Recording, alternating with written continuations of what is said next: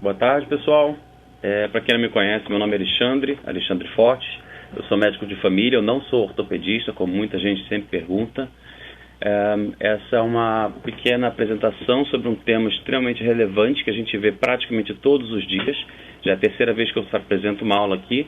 A primeira foi sobre dor no ombro, depois dor lombar. Hoje vamos falar sobre dor no joelho. Muito longe de falar sobre todos os aspectos que a gente vai ver, a gente vai pegar apenas o estritamente feijão com arroz da ortopedia clínica, ou seja, vou dar um exemplo para vocês. Se a gente pega a pessoa com o nariz escorrendo, tosse, dor no corpo, uma febre baixa e todo mundo em casa está resfriado, o provável diagnóstico é: a pessoa está resfriada. Essa foi fácil. Então, a gente fala que foi fácil porque o diagnóstico veio com todos os sinais e sintomas bem simples para a gente fazer o diagnóstico. Então, a estratégia dessa aula aqui hoje é abordar alguns desses temas da maneira mais clássica possível, mais fácil possível. Então, é uma coisa muito básica, muito introdutória, mas já faz uma grande diferença para quem nada sabe sobre dor no joelho. Vocês vão ver que com esse pouco que a gente passa, a gente consegue matar 80%, 90% das charadas que aparecem para a gente a respeito disso. E aí, com isso, encaminha cada vez menos. Isso aqui, na verdade, é uma oficina teórico-prática que eu faço. Já apresentei no Congresso Brasileiro de Medicina de Família em Brasília, depois no Congresso Sul Brasileiro, agora há pouco tempo no Congresso de Belém. Se alguém esteve lá, perdeu a oportunidade, mas enfim, hoje é mais uma oportunidade.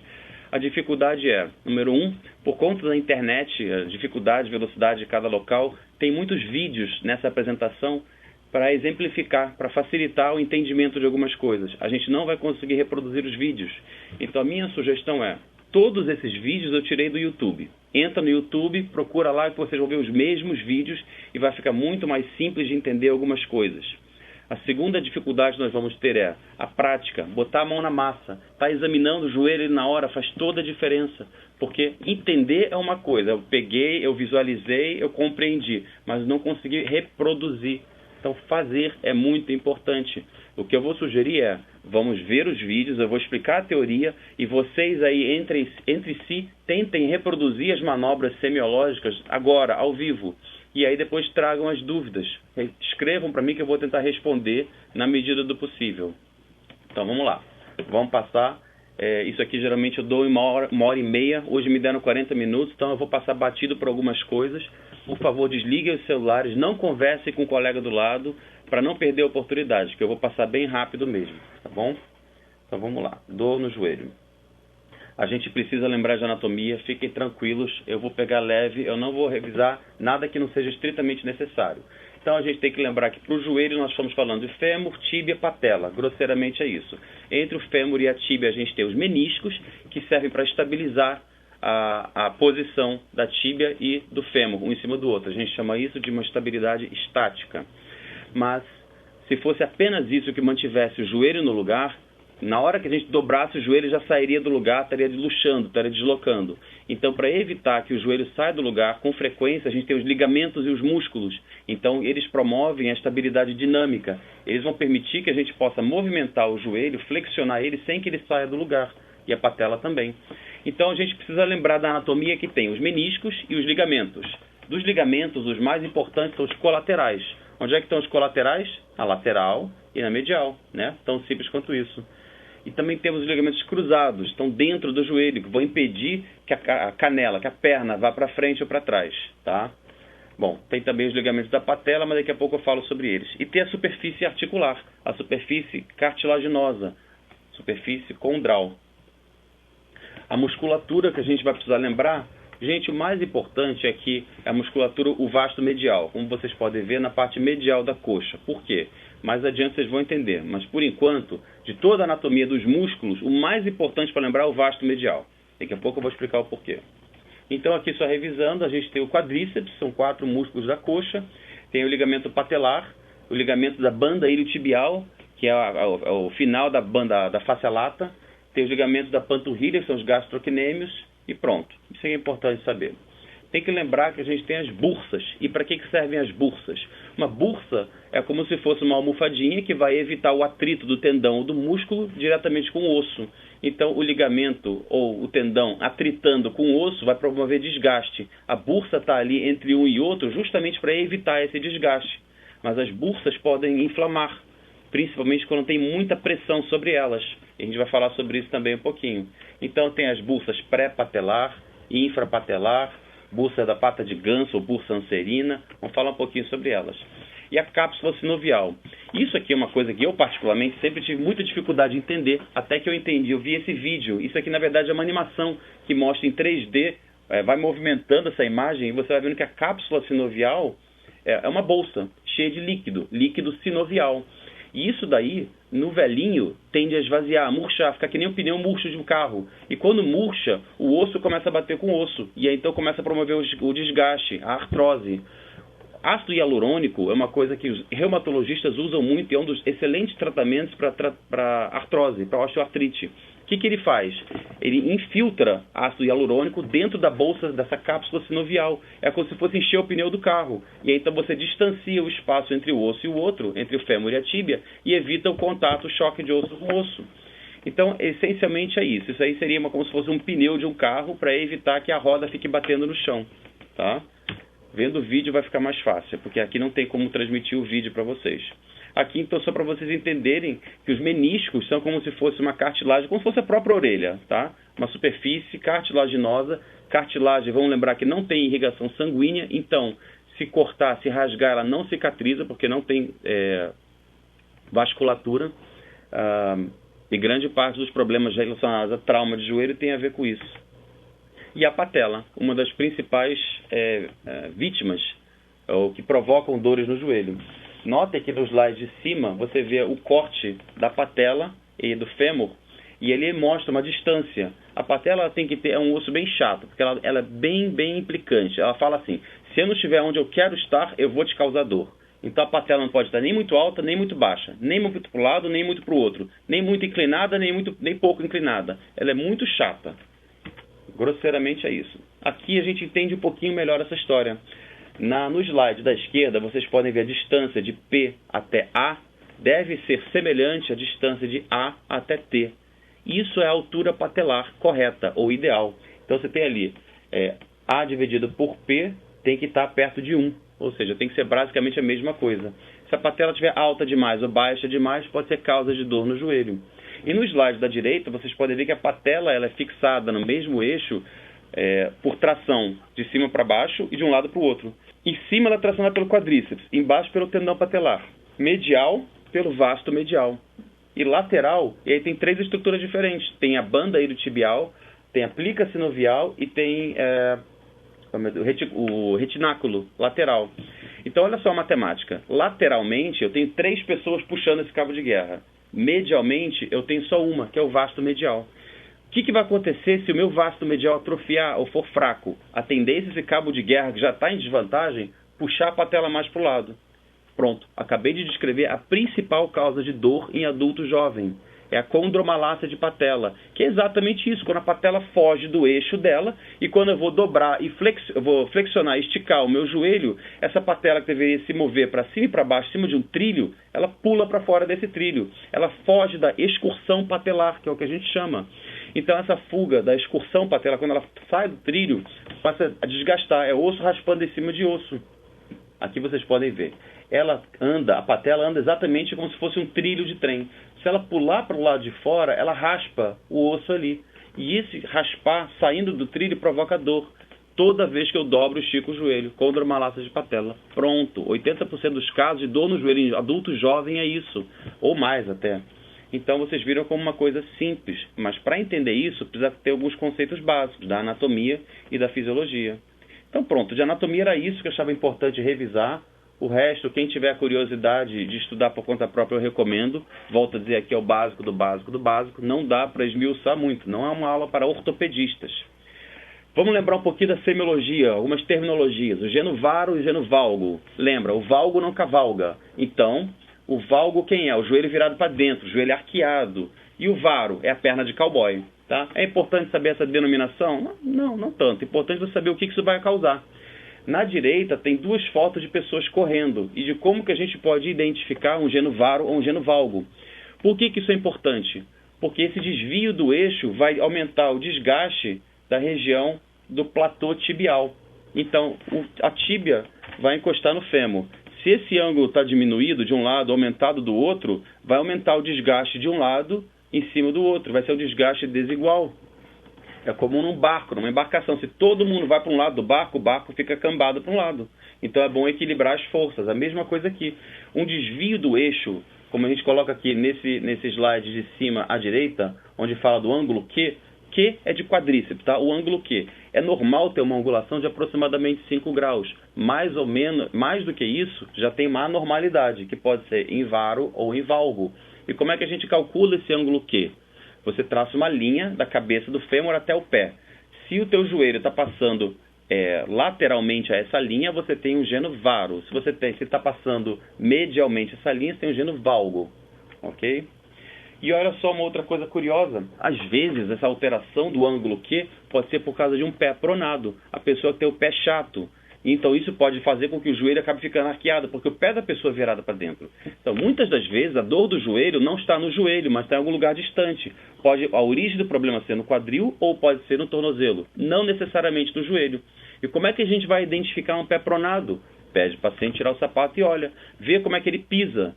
Se o pé está todo chapado no chão, você não consegue ver o arco plantar, isso é uma dica de que ele tem um pé pronado. Outra, ele pode reclamar de dores crônicas na articulação do tornozelo. Enfim, é importante lembrar isso, tá? Outras alterações, isso aqui já não tem tanta implicância, mas só como curiosidade, uma curvatura posterior, que a gente chama de recurvatum. Em alguns casos, isso pode provocar um desgaste precoce, uma artrose precoce, mas não é a regra. Só como curiosidade que eu coloquei. Então, na semiologia, eu sempre gosto de organizar o exame em ectoscopia, inspeção, palpação, marcha, amplitude de movimento, força, sensibilidade. Então, são as etapas. A amplitude de movimento é a primeira coisa que a gente pode fazer sem tocar no paciente. Vira para ele e fala assim, olha, dobra o joelho aí, o máximo que você aguentar, agora estica. Então você calcula a amplitude de movimento. Por que isso é importante? Principalmente em paciente que passou por um trauma ou uma cirurgia e ficou com o joelho imobilizado durante algum tempo, se ele mantém esse joelho imobilizado em flexão, ele pode acabar perdendo amplitude de movimento.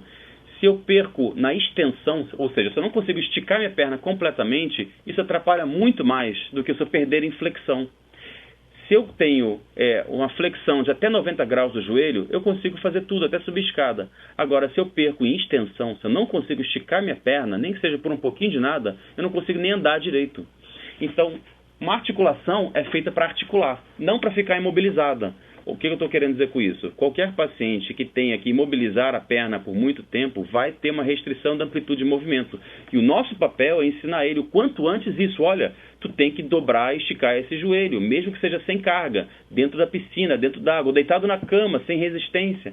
Mas é importante movimentar aquilo, para articular aquela articulação, tá? Senão acaba enferrujando, entre aspas. Bom, aqui a gente começaria então a testar alguns ligamentos. A maneira bem simples, o ligamento colateral lateral, ou seja, ele passa na lateral do joelho. Nenhum mistério nisso, né, gente? Como é que eu posso testar isso? Fazendo um mecanismo de alavanca.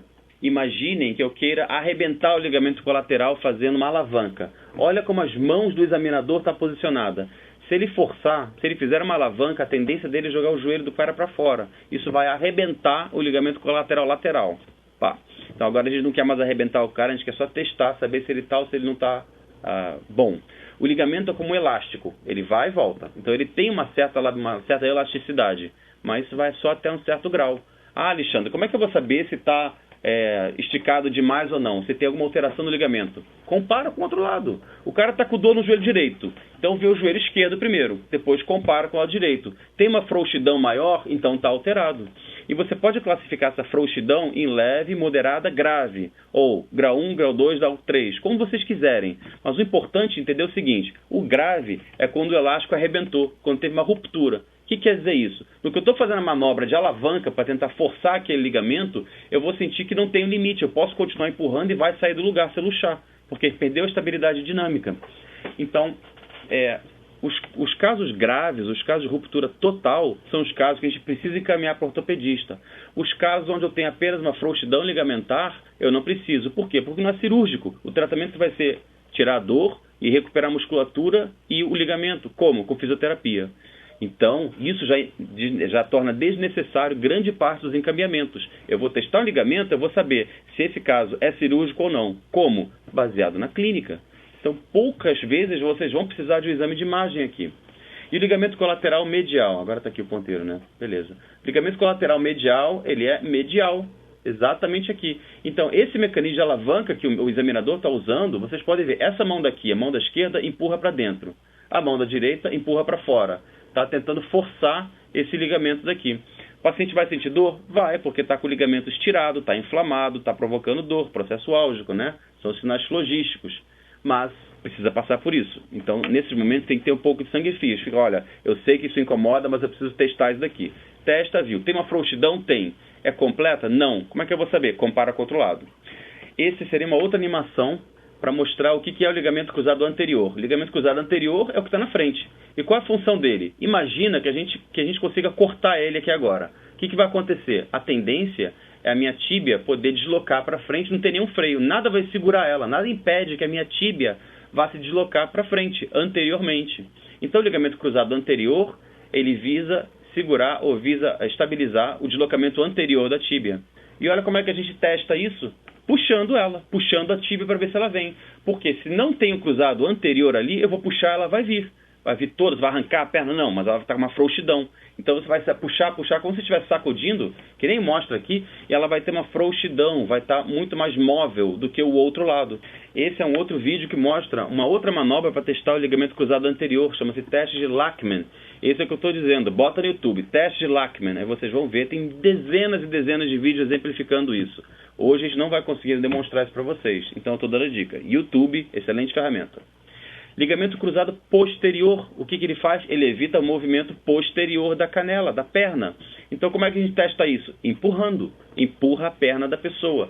Senta no pé da pessoa, não exagera, é isso mesmo. A técnica, você senta no pé do paciente, vai segurar com as duas mãos na tíbia e vai empurrar a tíbia posteriormente. Se você sentiu que um lado cede, vai para trás e volta, vai e volta, e o outro está bem firme, então tem uma frouxidão. Essa frouxidão pode ser leve, moderada ou grave. Como eu falei, estiramento ligamentar tem leve, moderado e grave. O grave é quando tem uma ruptura total. Esse teste que está mostrando aqui é um outro teste para a gente avaliar frouxidão ou ruptura total do ligamento cruzado posterior. Ele é chamado SAG test, tá? O teste do arqueamento tibial.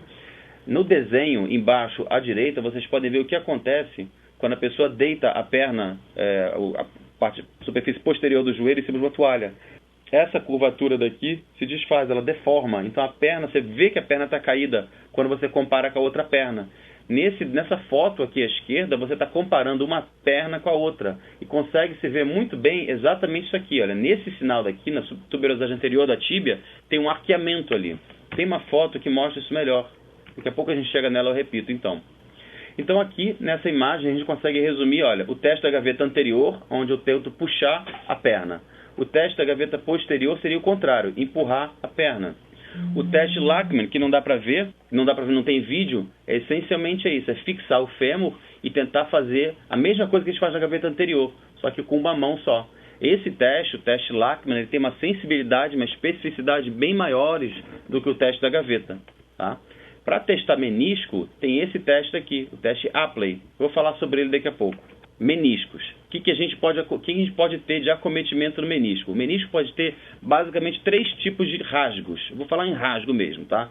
Pode ter um rasgo lateral, radial, um rasgo oblíquo ou um rasgo longitudinal, dependendo do mecanismo do trauma. Então, com essa frase, já coloco para vocês assim, a anamnese é muito importante. Vai abordar uma pessoa, assim, tá com dor no joelho. Como que começou? De que maneira começou a se doar? Quanto tempo começou? Eu vou passar uma regrinha mnemônica que ajuda a organizar o raciocínio clínico, mas o mecanismo do trauma é extremamente importante. De que forma começou? Qual o movimento que você fez? De que lado que você caiu? O que torceu? O que bateu? Aonde bateu? Com que intensidade foi? Isso tudo faz diferença. Mas, do ponto de vista de lesão de menisco, para a gente, pouco importa se foi um rasgo radial, oblíquo ou longitudinal. O importante é identificar se tem ou se não tem uma lesão de menisco. Por quê? Porque se você suspeitou de uma lesão de menisco, aí sim, isso pode justificar um exame de imagem e um encaminhamento para um ortopedista, tá? Porque provavelmente vai ser um caso cirúrgico. Então, a gente tem que avaliar isso. E a ideia aqui é o seguinte, para avaliar o menisco, eu vou colocar a perna e o joelho numa posição onde eu vou tentar forçar, vou espremer esse menisco entre a tíbia e o fêmur. E a maneira de fazer isso é com essa manobra daqui. O teste McMurray. YouTube, teste McMurray, vocês vão ver dezenas de pessoas exemplificando isso de maneira muito mais fácil de entender do que eu apenas explicando aqui para vocês.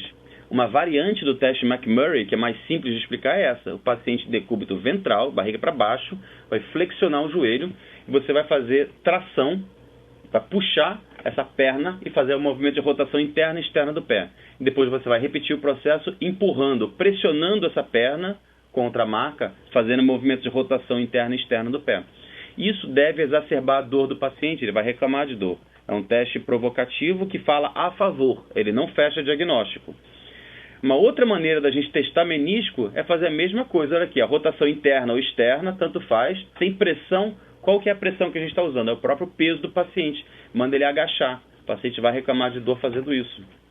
De novo, todos esses testes eu sugiro que vocês procurem no YouTube para ver o vídeo de como é feito. Isso faz toda a diferença do mundo. Em relação à patela, a patela é um dos grandes causadores de dor. Então, como eu falei, a patela é o chato. É a pessoa pentelha que fica enchendo o saco, assim, olha, eu só quero se for do meu jeito. Eu tenho que ficar exatamente aqui. Não pode ser nem um pouquinho para o lado, nem um pouquinho para o outro, nem para lá, nem para cá. Então, a patela é a mais exigente de todas. Ela tem uma mobilidade natural, que não pode ser nem de mais nem de menos. Ah, Alexandre, como é que eu vou saber se é de mais ou de menos? Bom, a dica bem prática é, compara com o lado que está normal. Primeira coisa. Segundo, se você quiser ser muito matemático e muito exigente, divide a patela em 4 partes. Se a mobilidade da patela for maior do que 3 partes, está muito móvel. Se for menor do que uma parte, está pouco móvel, ela está muito presa. Então a mobilidade é isso aí, entre 1 e 3/4 da patela de mobilidade lateromedial. A altura da patela eu já falei, então a distância aqui nos lados da direita, o verdinho e o vermelho tem que ser basicamente a mesma distância, se ela tiver maior ou menor que isso pode justificar a dor. E aqui vamos começar a treinar o olho. Nota que essa distância aqui da patela e da patela para a superfície do platô tibial é quase a mesma. E olha só a distância aqui, nos lados da direita. Está muito maior. Então aqui a gente tem o exemplo de uma patela alta. Mais uma vez, nos lados da direita, pode até não estar exatamente igual, mas está bem mais próximo. Compara com esse lado aqui, olha. Patela alta. E o que mais? Olha aqui, olha, uma proeminência óssea e aqui destacou. Então, desgrudou, soltou, arrancou, quebrou um pedaço da tuberosidade anterior da tíbia. Ele está aqui em cima. Veja onde é que foi parar. Então, aqui eu estou dando exemplos de imagens bem fáceis da gente identificar. Mas se a gente não está alerta ou atento para isso, a gente não faz diagnóstico, passa batido. Quem não está acostumado a olhar para um joelho, pode olhar para um joelho como esse, que tem uma alteração gritante, e vai deixar passar, porque não está acostumado, não tem o olho treinado, não tem o olho clínico. Mais uma coisa, a patela pentelha. Olha só como é que ela é chata. Ela tem um ângulo. O ângulo dela tem que ser certinho, tem que estar boiando direitinho. É que nem a história do barco. Se vai todo mundo para o lado, o barco fica pendendo para o lado. Então equilibra, volta para o outro lado. Alterações do ângulo da patela podem provocar dor também. Esse teste daqui, o examinador está tentando empurrar a patela para fora. Está tentando luxar, fazer uma luxação lateral da patela. E olha só, uma coisa que é típica, a mão do paciente, a cara de desespero dele. Por quê? Porque provavelmente é o paciente que tem uma frouxidão ligamentar da patela. Ou seja, é uma patela que vai sair do lugar com muita facilidade.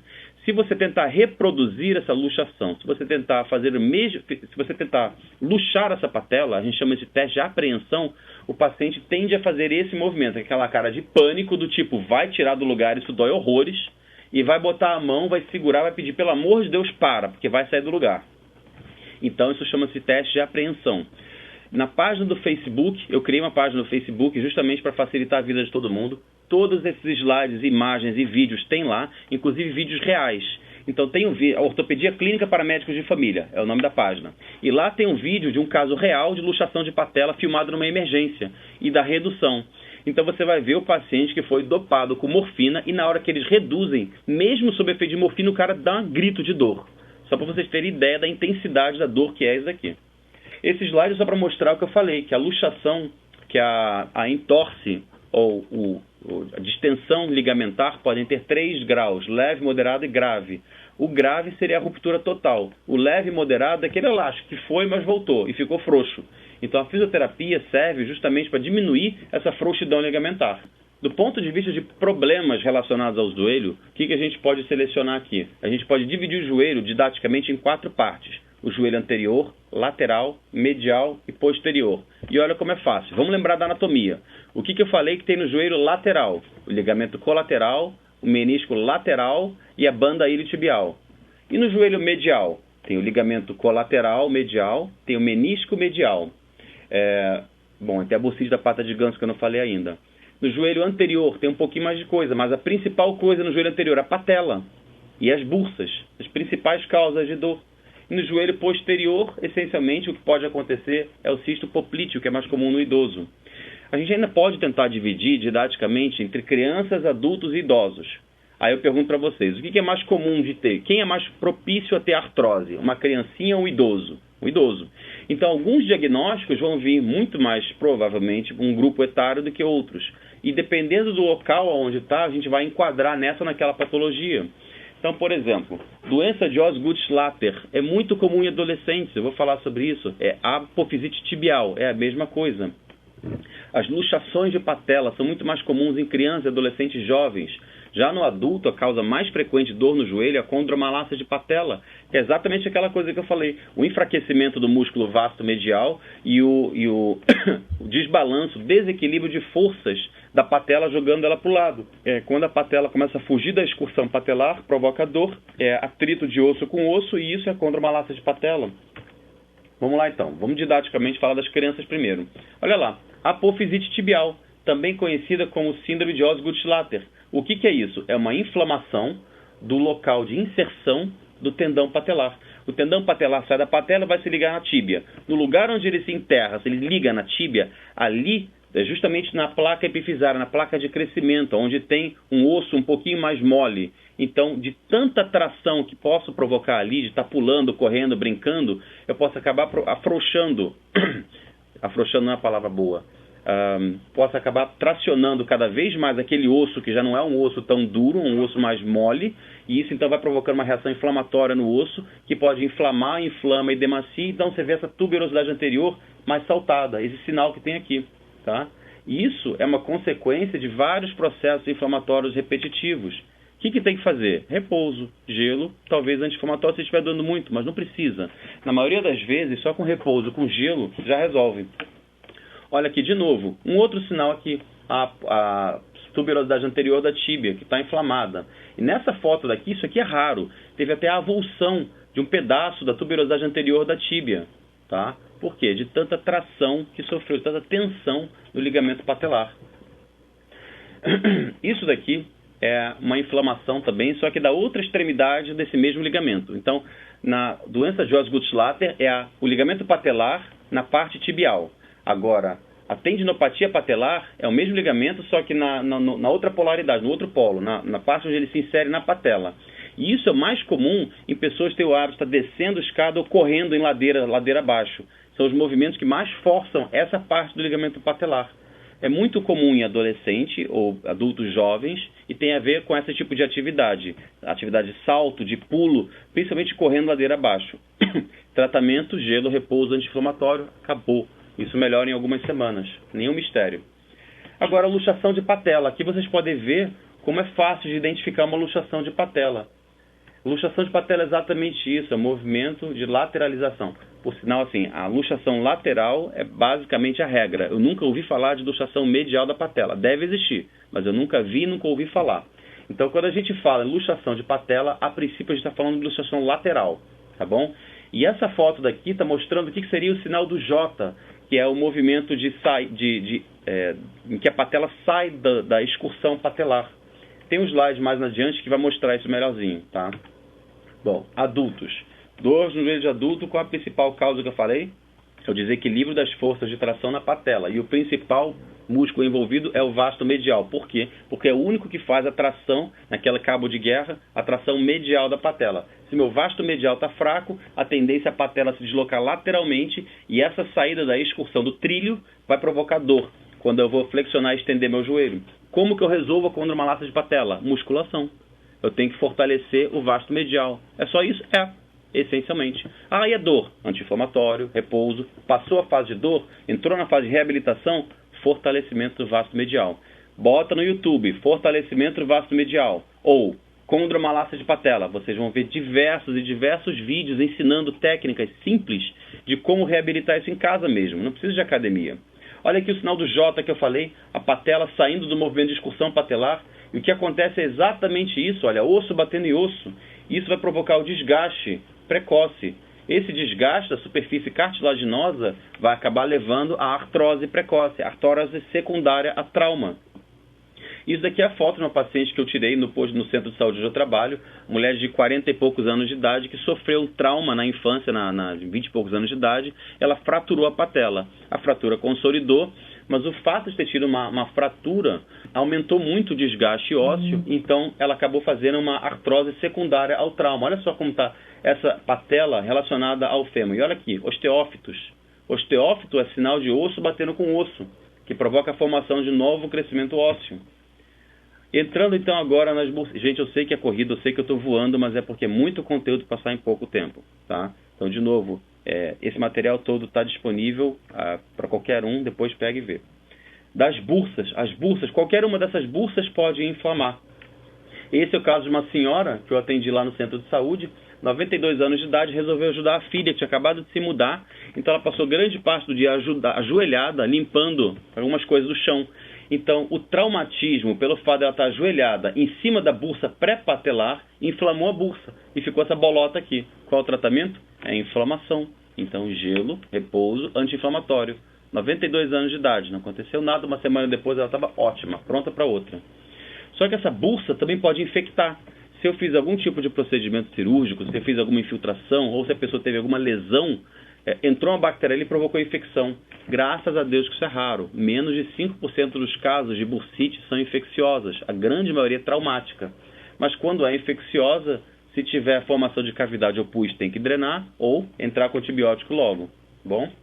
A bursa da pata de ganso, ou seja, o local de inserção de 3 músculos, o sartório, o grácil e o semimembranoso, semitendinoso. Eles se inserem no tubérculo de Gerd, na parte medial da tíbia, que nele coloca aqui, olha, o polegar do examinador está exatamente em cima da bursa. Ah, Alexandre, como é que eu vou fazer diagnóstico? Simples. Você localizou a anatomia, botou o dedo ali, a pessoa gritou, sentiu dor. Pronto, o que tem aqui no meu dedo? É a bursa da pata de ganso. Então o que ele tem? Bursite anserina, bursite da pata de ganso. Acabou. O diagnóstico é anatômico. Então, por isso que eu falei, se você não lembrar ou não revisar um pouco da anatomia, você não vai fazer o diagnóstico, tá bom? Síndrome da plica medial. Apesar de não ser uma coisa muito frequente, ela acontece. Eu vi um caso uma vez, um paciente chegou há pouco tempo, alguns meses atrás, dizendo, eu fui dormir, acordei com dor no joelho, na lateral, eu acho que eu bati na parede. Eu falei assim, não, você não bateu na parede, não teria acordado de dor, né? Então, o que aconteceu é, a cápsula sinovial, aquela bolsa que eu mostrei logo no início dos primeiros slides, ela pode acabar dobrando em cima do próprio eixo. Então, uma pelezinha que vai acabar dobrando em cima do próprio eixo, ela corre nesse sentido aqui. Olha aqui, olha. Esse slide mostra bem essa pelezinha, esse pedacinho da cápsula sinovial, e ela fica raspando no tubérculo medial, na parte medial do fêmur. E de tanto roçar, acaba inflamando. E inflamou, provocou dor. Dor aonde? Bem nessa região, na parte medial do joelho. Então, geralmente é uma história da pessoa que começou a sentir uma dor, sem história de trauma. Você vai palpar exatamente naquela região e você vai sentir como se fosse um tecido, uma rugosidade. É bem sutil. Você passa o dedo em cima, você consegue perceber que tem alguma coisa ali que está discretamente inflamada. E é justamente nesse trajeto aqui. Então, é quase que o diagnóstico de exclusão. Tá? Banda iliotibial, uma das principais causas de dor na lateral do joelho sem trauma. O que acontece aqui? A banda iliotibial, na verdade, é o prolongamento do músculo do tensor da face lata. Ela começa na crista ilíaca anterosuperior e vai se inserir lá na cabeça da fíbula. Qual o problema disso? Se o tensor da face lata está muito tenso, a maneira como ele articula com o côndilo lateral do fêmur pode ser traumática. Então, de tanto raspar no côndilo lateral do fêmur, pelo excesso de tensão, ele pode acabar rasgando, inflamando e depois rasgando. Como é que eu faço o diagnóstico? Eu vou colocar o dedo no côndilo lateral do fêmur. E quando a pessoa esticar a perna, a banda iliotibial vai ficar entre o meu dedo e o côndilo lateral. Isso, está inflamado, vai provocar dor. Já quando ele flexionar, essa banda iliotibial vai sair do contato direto entre o meu dedo e o côndilo. E então alivia a dor. Então o teste provocativo é esse daqui, olha. Já que o problema maior é excesso de tensão na banda face lata, está acabando o tempo, vou correndo. qualquer manobra que eu faça que aumente a tensão dessa musculatura vai exacerbar a dor do paciente. Então essa manobra daqui, paciente deitado, decúbito lateral, flexionei a perna, trouxe o joelho para trás e aproximei o joelho da maca. Vai aumentar, como se eu estivesse alongando a banda iliotibial. Só que ela já está excessivamente tracionada. Então a tendência é provocar mais dor. Tá? Esse aqui seria um outro vídeo, o teste de Ober. Eu aconselho, procure no YouTube. E trauma. Trauma no joelho, vamos lá. Esse tipo de lesão aqui. O pé está fixado no chão e eu sinto uma força na lateral do joelho em direção à medial. O que vai lesar? Ligamento colateral medial. Aqui, mesma coisa. Ligamento colateral medial. Fácil, a imagem vale mais que 1000 palavras. Nesse tipo de trauma, o pé está fixo no chão, estou chutando de dentro para fora no joelho, vai forçar o ligamento colateral lateral. O mecanismo de trauma do ligamento cruzado anterior é muito parecido com o do menisco. Geralmente é o pé que está fixado no chão e a pessoa faz um movimento de rotação. Esse slide mostra um pouco melhor. Esse é o principal mecanismo de lesão do cruzado anterior e de meniscos. Tá bom? Ligamento cruzado posterior é o acidente automobilístico, quando a pessoa vai com a canela direto no painel do carro. Tem vários testes comprovando isso. Então, uma força extrema na canela, empurrando a canela para trás, ou seja, deslocamento da perna posteriormente. Vai lesar o cruzado posterior. Esse seria um outro teste, o teste da gaveta posterior, é um vídeo que tem no YouTube também, procura lá, teste da gaveta posterior, vocês vão encontrar. Ele compara, esse é um caso real, o cara tem uma lesão, ele compara um lado com o outro e fica muito nítido de ver o que é. Esse é o tal do SEG test, vocês conseguem perceber como que está nitidamente arqueada essa canela? Se você comparar com o outro lado, você vai ver que não tem o mesmo arqueamento. Então, quando que a gente vai encaminhar? Uma suspeita de lesão completa, tá? Qualquer tipo de fratura na radiografia, algum caso de derrame articular, não dá para a gente entrar nesse assunto ainda, é muito precoce. Alteração neurológica ou vascular, então a pessoa teve um trauma e aí não está mais sentindo os dedos dos pés, o pé está gelado, está cianótico. A pessoa não consegue mais flexionar, está com bloqueio articular. Ou quando você fez de tudo que você sabia e mesmo assim restou dúvida, aí encaminha. O resto, gente, vamos tentar evitar de encaminhar. Então, no trauma, criaram as regras de Pittsburgh. Isso aqui eu não vou poder contar muito da história dela, adoro contar historinha, mas nesse momento vai ficar o seguinte: sensibilidade 97%, especificidade baixa. Então é o seguinte, se qualquer um desses 4 itens aqui, desses 5 itens for positivo, é para radiografar. Se não tiver nada disso positivo, não precisa radiografar. Então, se a pessoa caiu, bateu, foi atropelada, seja lá o que for, não está conseguindo dar nem 3 ou 4 passos, radiografa. Se a pessoa tem mais que 55 anos de idade ou menos do que 12 anos de idade, radiografa. Se a pessoa sente dor na cabeça da fíbula, radiografa. Se você tentou mexer na patela e doeu, radiografa. E se a pessoa não consegue flexionar o joelho, mais que 90 graus, radiografa. Por outro lado, a pessoa foi atropelada, está na sua frente, com dor no joelho, está gritando, levanta, anda. A pessoa conseguiu andar, dobra o joelho, ela dobrou. Você mexeu na patela, tocou na fíbula, não deu nada, não precisa radiografar. Isso dependendo da faixa etária também, tá? Então, tentar correr aqui. O cisto de Baker é como se fosse uma herniação da cápsula sinovial, não tem que fazer nada, não tem que operar, isso não dói. A não ser em casos extremos em que o negócio está muito grande e o que você pode fazer é esvaziar esse cisto, tá? A não ter nenhuma gravidade, nenhuma complicação. E artrose no joelho. Talvez é uma das causas mais frequentes que os idosos procuram o centro de saúde por conta de dor no joelho. O que é artrose? Essencialmente é isso, é osso batendo em osso. Quando você consegue encher o pneu eu estou chamando de cápsula sinovial, você conseguiu inserir, jogar líquido sinovial lá para dentro, no caso o ácido hialurônico, que a gente usa, o osso para de bater no osso e para de ter dor. Ok? Esse seria uma animação também mostrando a evolução e a progressão da osteoartrite. Essa é uma outra animação mostrando o desgaste da superfície condral, da cartilagem. Esses vídeos todos tem na página lá, procura depois, gente. E aqui mostrando alterações radiográficas que eu acho que nós temos a obrigação de identificar. Então, chegou um raio-x, a gente tem que saber identificar se é uma artrose avançada ou não. Por quê? Os casos graves de artrose, quando tem um colabamento articular, um desgaste total da articulação, a pessoa não consegue nem mais andar, esses casos tem que ir para o ortopedista. Por quê? Porque tem cirurgia para isso. O que é a cirurgia? Colocar uma prótese de joelho, tá bom? E funciona, e fica ótimo. Então, quais são as alterações? São 5 alterações que a gente vai revisar aqui. A primeira alteração que a gente pode encontrar, diminuição do espaço articular, compara um lado com o outro. Então, a primeira alteração. A segunda, Formação de osteófitos. Olha que osteófito formando. Quando que forma osteófito, Alexandre? Quando tem osso batendo em osso. A terceira, osso batendo em osso começa a formar uma esclerose subcondral. É esse traço mais branco, mais esbranquiçado que a gente consegue ver aqui, esclerose subcondral. Outro passo que a gente pode encontrar são cistos, tá vendo? Isso é muito raro de encontrar, eu penei para encontrar essa imagem, então o cisto subcondral é dificílimo de encontrar, de ver na prática. E por último, o colabamento articular, o colapso articular. Então você tem, olha aqui, diminuição do espaço articular, osteófito, cisto sinovial aqui, tem um pequenininho aqui que não dá para ver muito bem, e a esclerose subcondral. Mas você não articula mais esse joelho, já não funciona mais. Se a pessoa tiver idade para isso, já está na hora de operar. Aqui você consegue ver a evolução da artrose, até que chega um caso desse daqui, quase o grau 4 aqui é para encaminhar para o ortopedista, é para entrar na fila de cirurgia. O objetivo do tratamento, reduzir a dor, melhorar a qualidade de vida da pessoa, reestabelecer a atividade dela o quanto antes, fazer ela poder voltar para as atividades regulares dela. Retardar ao máximo a cirurgia. Por quê? A prótese de joelho tem uma meia-vida de 10 a 15 anos. Então, se eu operar com 40 anos de idade, aos 55 eu tenho que operar de novo. Então, quanto mais tarde puder operar, melhor. Dessa maneira, a gente recomenda que a cirurgia seja feita a partir dos 65 anos de idade. Tá? Paracetamol ainda é uma excelente medicação para tratar osteoartrite ou osteoartrose. O ibuprofeno também é uma excelente opção, sendo que o ibuprofeno pode provocar gastrite em quem tem mais sensibilidade no estômago.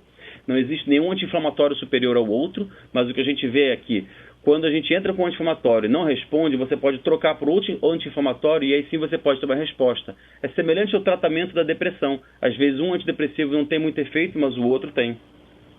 Os opioides tem que tomar cuidado com a questão da dependência e a gente vai usar por curtos períodos de tempo apenas na agudização. E aqui só alguns detalhes. O creme de capsaicina para artrose das mãos, o gel de cataflã não se usa tanto. Diacereína é uma excelente opção de tratamento com evidência clínica altíssima. A gente pode e deve recomendar para os nossos pacientes. É uma medicação que retarda, está comprovado o retardo da evolução da doença. Tá? A glucosamina e a condroitina, como muita gente já ouviu falar, que era o Artrolive, bom, os estudos recentes mostram que a associação da glucosamina com a condroitina não é mais benéfica. Parece que a condroitina dificulta a absorção da glucosamina.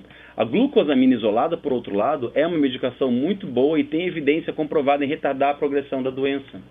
O piasclidine e o arpadol são dois fitoterápicos de excelente efeito, tá? O arpadol é bem mais barato, o piasclidine é muito caro. Então, na prática, para quem trabalha com saúde pública, tende a ser mais fácil prescrever o arpadol, que é o Arpagophyton procumbens.